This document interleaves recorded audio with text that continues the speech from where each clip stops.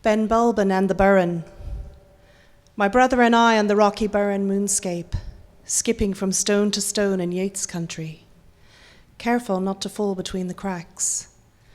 My brother was able to not do that, but I was fascinated by what lay between the margins.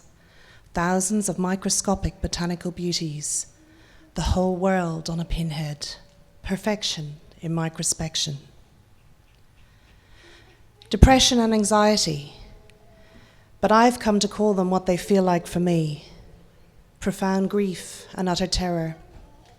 That sounds way more dramatic than the cold clinical terms, which is probably why we are supposed to just call them stress and tears. To minimize, sanitize, and trivialize, but then we lose the very truth of truth itself. Like us, it drops down between the cracks of acceptability and visibility, and slips away quietly, with no fuss, under the dark, dank moss of shame. I can seldom remember people's names, making me appear rude and/or stupid, although I never forget their faces or how we made each other feel when we first met. I was relieved to learn that my amygdala and vagus nerve were the culprits, that I was not just a selfish loon.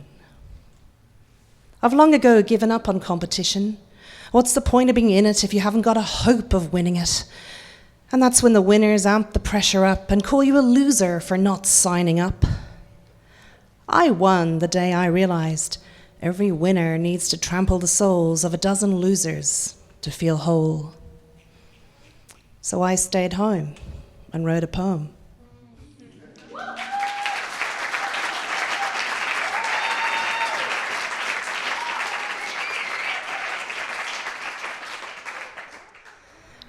I have a second piece. I just want to issue a trigger warning. I'm acknowledging the vigils taking place around Australia this evening, honouring the what's happened to comedian Eurydice Dixon. In response to the police response to the rape and murder of comedian Eurydice Dixon, a stone-hearted white man rapes and kills a woman on her way home from making people laugh. The cops tell us to be aware of stranger danger, as if we don't already care about every single random fricking footstep creeping up behind us. Don't condescend to remind us. We already make knuckle dusters of our house keys as we pray our train will connect seamlessly with the always late 533. So we're not left waiting, naked and exposed as lambs' throats in the abattoir-esque empty bus station. No, don't tell me.